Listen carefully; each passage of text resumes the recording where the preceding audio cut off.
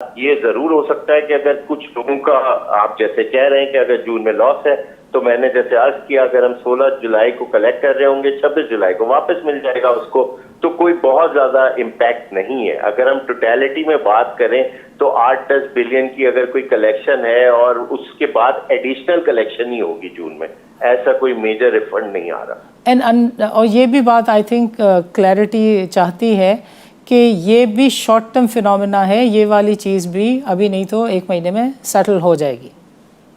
1 महीना भी नहीं, अगर किसी इंडिविजुअल का, जैसे मैंने अर्ज किया कि अगर कोई इंडिविजुअल का कोई रिफंड बन भी रहा है तो एनसीसीपीएल की वजह से तो उनका वो बहुत एफिशिएंट है। 26 जुलाई को जो नेक्स्ट साइकिल होगा या 28 जुलाई को वो उसमें उसको एडजस्ट हो जाएगा। जून 6 को जो सर्कुलर आया जिसका आपने जिक्र किया, वो हमारी सीजीटी की कलेक्शन का नोटिस है।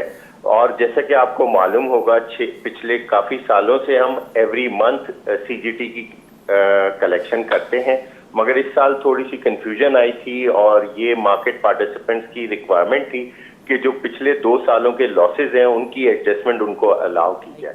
The food bill $7.5 billion is a big number because of the other payment liabilities to.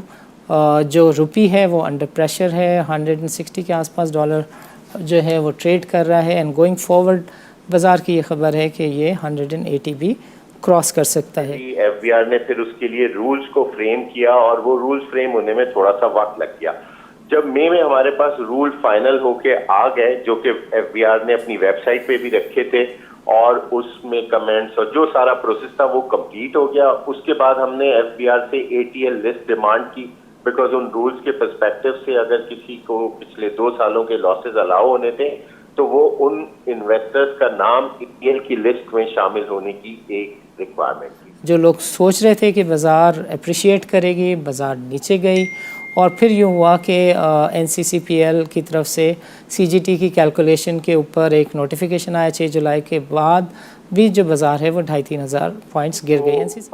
उनको जो रिपोर्ट्स थी वो सारे इन्वेस्टर्स को ब्रोकर के थ्रू और म्यूचुअल फंड्स को भी और डीमैट के इन्वेस्टर्स को भी अवेलेबल कर दी, और उसी के साथ हमने उनको एक टाइमलाइन दिया 10 डेज का कि 16 जुलाई को हम ये कलेक्शन कर रहे होंगे 11 मंथ की।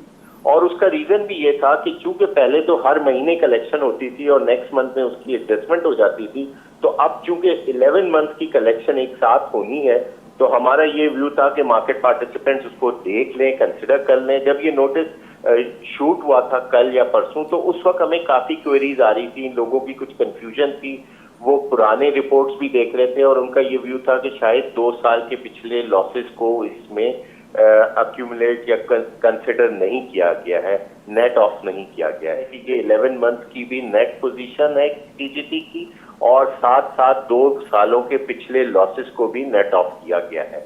तो यही हमारा व्यू है कि 16 जुलाई को 11 मंथ की कलेक्शन हो जाए और फिर उसके बाद हम टारगेट कर रहे हैं 27 या 28 जुलाई को जून की भी फाइनल कलेक्शन कर ली जाए। अब जून की फाइनल कलेक्शन में ये चीज भी होगी कि अगर किसी की कलेक्शन ज्यादा हुई होगी और जून के लॉसेज होंगे तो 27-28 जुलाई की कलेक्शन में वो उसको रिफंड हो जाएगा।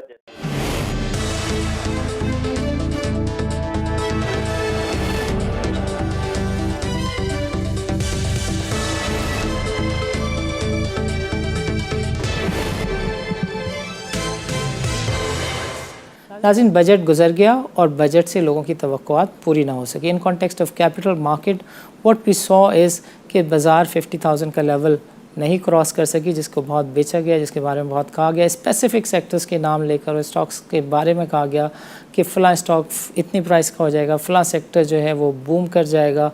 ऑटो और refinery sectors are the 2 sectors जिनके बारे में बहुत सारी बातें की गई, और इन दोनों की जो पॉलिसी है उसके ऊपर अभी भी ये है कि ये अंडर प्रोसेस है। ऑटो सेक्टर के बारे में थोड़ी सी क्लैरिटी आ गई है, जबकि रिफाइनरी सेक्टर के बारे में कहा जा रहा है कि शायद इसकी पॉलिसी जो है वो ऑर्डिनेंस के ज़रिए आएगी। कुछ नंबर्स थे जो कि डिप्रेसिंग थे, like the food bill $7.5 billion is a big number because of the other payment liabilities to.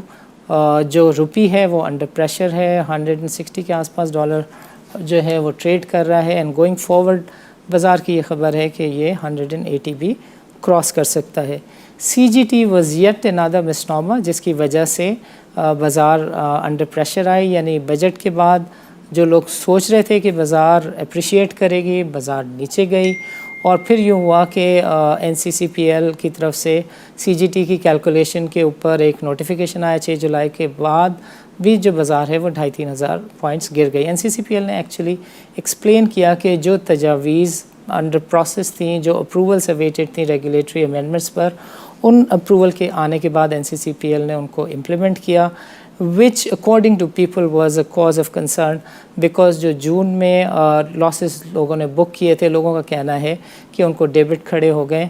मगर NCCPL ने इसको बहुत ही एलोक्वेंटली हमें ब्रीफ किया और एक्सप्लेन किया। नाज़रीन, हमारे साथ मौजूद हैं लुकमान साहब जो कि NCCPL के CEO हैं, और लुकमान साहब से हम जानेंगे कि 6 जुलाई को एक नोटिफिकेशन आया जिसकी वजह से बाज़ार में काफ़ी सारी स्पेकुलेशन हो रही है। In fact I would rather say there are lot of confusions and wrong connotations about this notification of 6 July which is about the CGT calculations. Lukman sahab, I would want कि आप हमारे नाज़रीन को थोड़ा सा एक्सप्लेन कर दें कि इस नोटिफिकेशन का मकसद क्या है।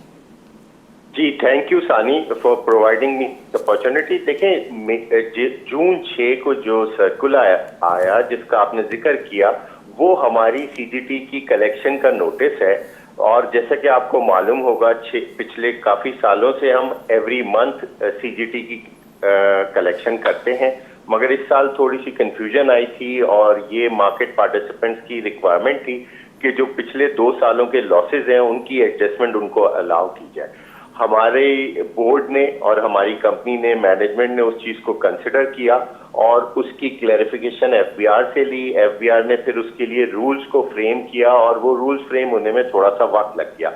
जब मई में हमारे पास रूल फाइनल होके आ गए, जो कि FBR ने अपनी वेबसाइट पे भी रखे थे और उसमें कमेंट्स और जो सारा प्रोसेस था वो कंप्लीट हो गया, उसके बाद हमने FBR से ATL लिस्ट डिमांड की।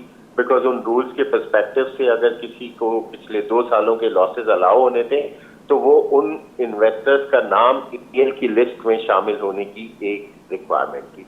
जब हमें वो लिस्ट भी आ गई और सारे रूल्स भी फाइनल हो गए तो NCCPL ने अपना वो सारा जो कंपटीशन वाला काम था वो कंप्लीट किया और जून 6 को उनको जो रिपोर्ट्स थी वो सारे इन्वेस्टर्स को ब्रोकर के थ्रू और म्यूचुअल फंड्स को भी और डीमैट के इन्वेस्टर्स को भी अवेलेबल कर दी।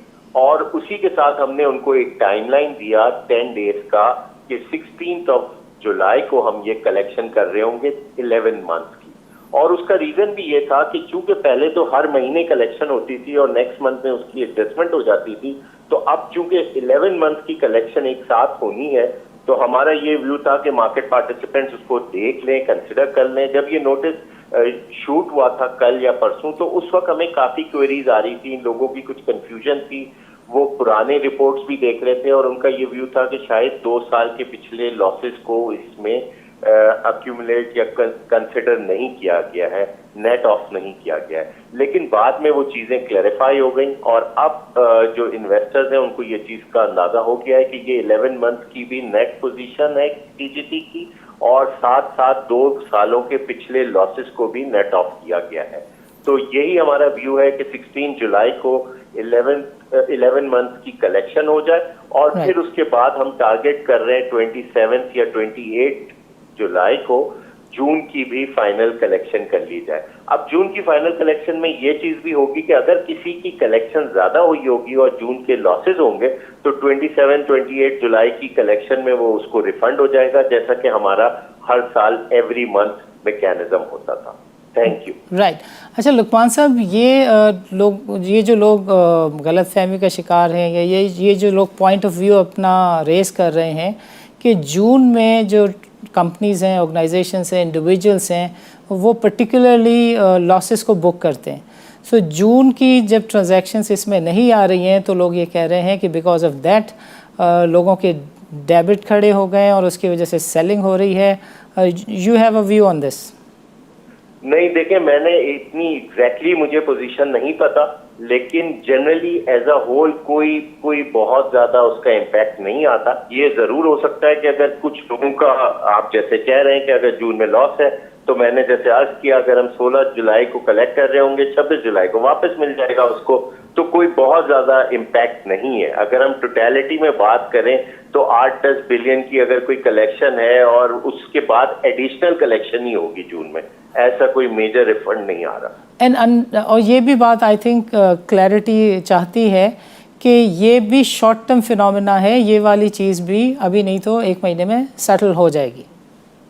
1 महीना भी नहीं, अगर किसी इंडिविजुअल का, जैसे मैंने अर्ज किया कि अगर कोई इंडिविजुअल का कोई रिफंड बन भी रहा है तो एनसीसीपीएल की वजह से तो उनका वो बहुत एफिशिएंट है। 26 जुलाई को जो नेक्स्ट साइकिल होगा या 28 जुलाई को वो उसमें उसको एडजस्ट हो जाएगा।